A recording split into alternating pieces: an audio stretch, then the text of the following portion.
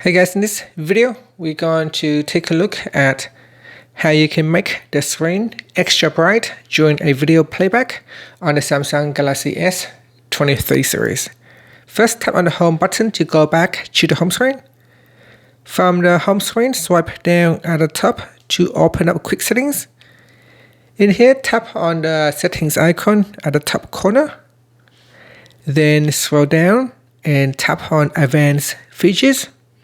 Now in here, go down and then tap on video brightness.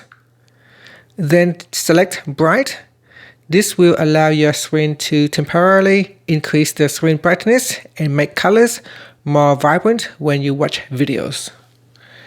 And that's it. After, you can tap on the home button to go back to the home screen. Thank you for watching this video. Please subscribe to my channel for more videos.